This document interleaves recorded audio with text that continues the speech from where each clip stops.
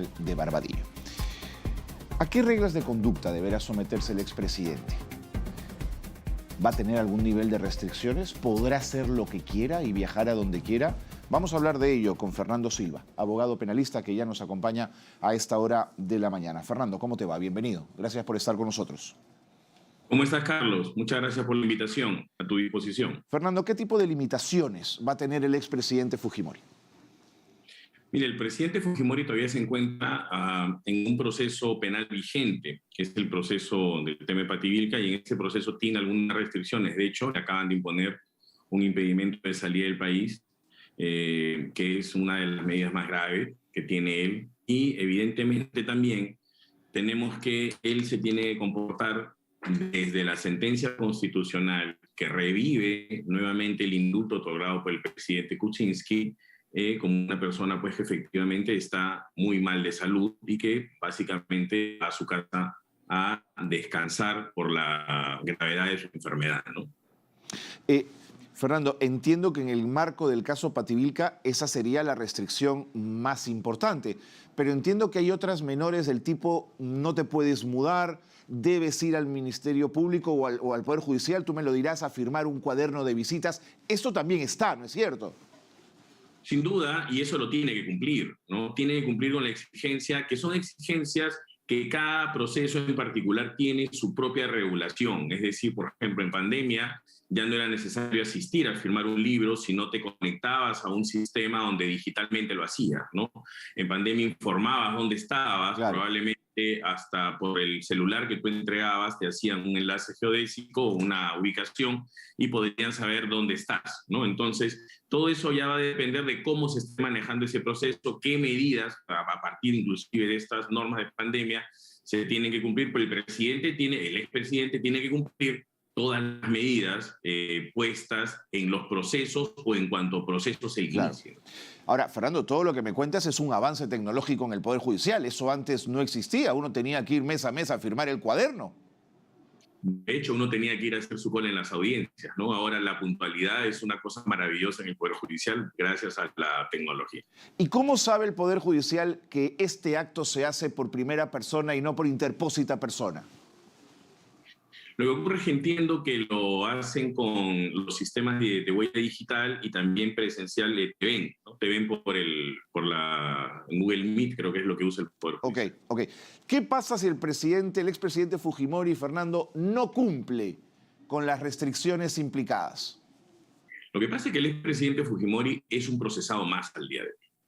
Si no cumple, se tiene que seguir todo lo que establece el Código Procesal Penal o el Código de Procedimientos Penales, dependiendo qué normas esté usando en su procesamiento. Tiene que requerir, se le tiene que amonestar y se le puede revocar la medida, o se le puede dar una medida más gravosa, volver a prisión con una prisión preventiva, ya no como una condena, porque la resolución del Tribunal Constitucional pues ha anulado, ha restituido el indulto, ¿no? Fernando, siendo el indulto una potestad presidencial, que el Tribunal Constitucional, estemos de acuerdo o no, ha dicho que procede en este caso y por lo tanto su salida del penal será en las próximas horas o días. Yo quería preguntarte, ¿qué pasa con el pago de las reparaciones civiles? Él tenía que pagar 27 millones y por costas y costos ya está en 51 la deuda. Claro, lo que ocurre es que la ejecución de una sentencia, recuerda que el expresidente Fujimori ha sido condenado, ¿correcto? Con Así lo es. cual el proceso penal declarativo culminó. Él fue condenado a una pena privativa de libertad que viene cumpliendo hace 13 años y ha sido condenado al pago de una reparación civil a las víctimas. Ese pago de la reparación civil se empieza a ejecutar a partir de las reglas de ejecución de sentencia y también civiles de nuestro país. Es decir, se le tiene que embargar, se le tiene... Ahora, si no tiene de dónde cumplirlas, es imposible al día de hoy también que se le ingrese a una prisión por incumplir el pago de una reparación civil, ¿no? Entonces, vamos, si no tiene dinero, te estoy hablando como si el presidente Fujimori fuera una persona Sí, claro. común y corriente. Si no tiene dinero, no se tiene dónde cobrarle, siempre estará con esa deuda, él no podrá pues comprarse nada porque todo está siendo embargado, ¿no? Ahora puede vivir de lo que le den sus hijos o sus hijos pueden mantenerlo, ese es otro Claro. cantar. Así es. Pero, Fernando, es impresionante porque el expresidente Fujimori se ha negado a aceptar una pensión que le correspondería, que ha sido autorizada por el Congreso de la República, pero que no lo hace porque el procurador embargaría ese dinero. Entonces, ni siquiera eso. Claro, probablemente es una forma también de reclamar de él sobre su situación jurídica o sobre su situación completa, total como persona, ¿no? Yo creería que las víctimas tienen todo la parte civil en este caso, tiene todo el camino judicial para lograr el cobro, ¿no? Y básicamente, Carlos, es eso. Si no tienes de dónde pagarle a alguien, no le puedes pagar, así pues Te pongan de cabeza. Claro, realmente. De acuerdo. Fernando, explícame algo. La Corte Interamericana de Derechos Humanos puede volver a dejar a Fujimori en la cárcel, ¿no es cierto? Entonces me pregunto, ¿para qué acelerar un proceso de salida de prisión cuando pende todavía esta mirada de la Corte? Lo que ocurre, Carlos, es que si nosotros analizamos el caso Fujimori, que es un indulto, frente a la cantidad enorme de indultos que han habido en nuestro país, no sé, por tomar el dicho desde el año 2000, yo te diría que han habido más de 7.000 indultos, ¿no es cierto? Es muy poco el desarrollo constitucional que tiene ese tema. Ajá. De acuerdo al artículo 118 de la Constitución, el presidente puede dar el indulto porque sí, es una discrecionalidad demasiado amplia a la cual tiene el presidente. Y el Tribunal Constitucional, por ejemplo, en uno de los indultos que se discutió, que es el indulto del señor Cruzillat, que el propio presidente García lo anuló, ¿no es cierto? Señaló que esa anulación del indulto, mira, el presidente lo entrega y el presidente lo anula, pero el Tribunal Constitucional señaló que esa anulación del indulto no es válida, es inválida, que el indulto solo puede someterse a control constitucional. Claro, allí nadie saltó, nadie sí, pues, más. Claro, era menos mediático el tema. Finalmente, cierre a la cárcel, ¿no? Pero ahora esa premisa sirve de mucho, porque fueron dos cosas que se dijeron. Control constitucional, y segundo, que había pues un esquema de imposibilidad de que el presidente mismo lo anule porque ya hacía cosa juzgada en otorgar un indulto. Entonces, si el otorgar un indulto es cosa juzgada, lo que ha hecho el Tribunal Constitucional el día lunes al emitir su resolución, porque el fallo lo emitió antes, pero la resolución recién ha salido el día lunes, es señalar que la justicia ordinaria no puede anular un indulto. ¿Qué es lo que ha pasado con Fujimori? ¿Quién lo anuló? Un juez supremo, pero un juez de instrucción, que lo confirmó una sala suprema, una sala especial suprema, pero son parte del Poder Judicial común, regular. No es parte del sistema constitucional. Entonces lo que le está diciendo la sala al país es, a ver, un presidente entregó un indulto, motivado por razones políticas que seguramente sí, se están investigando. Te entiendo, claro.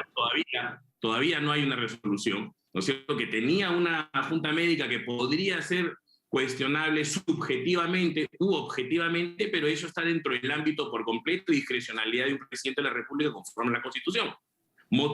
Estuvo motivada, pero conforme a la Constitución.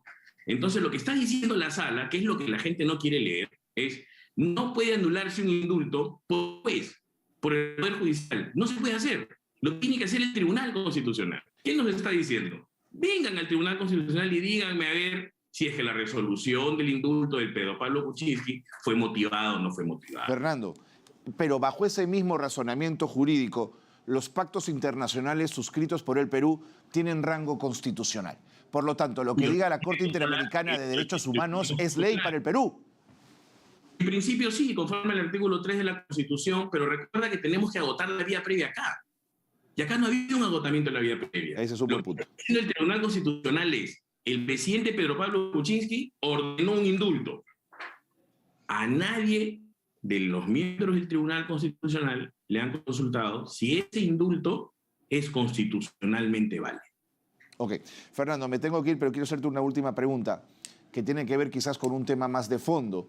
El expresidente Fujimori se va a poder encontrar en el mercado de la esquina con la señora Raiza Cóndor o con alguno de los familiares de las víctimas de Cantuta y Barrios Altos. Y eso es un cachetadón para las víctimas, Fernando. Sin duda que sí, sin duda que sí. no solo un cachetadón solo para las víctimas, ¿no? Sino para muchas personas que alrededor se han visto lesionadas por alguna de las conductas del expresidente.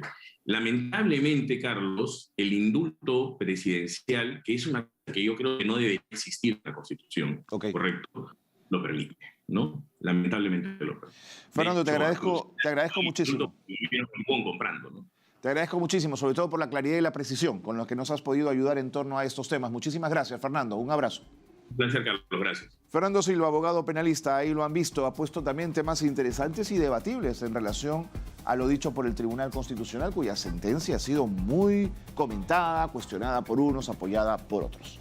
Vámonos con Daniela Salazar.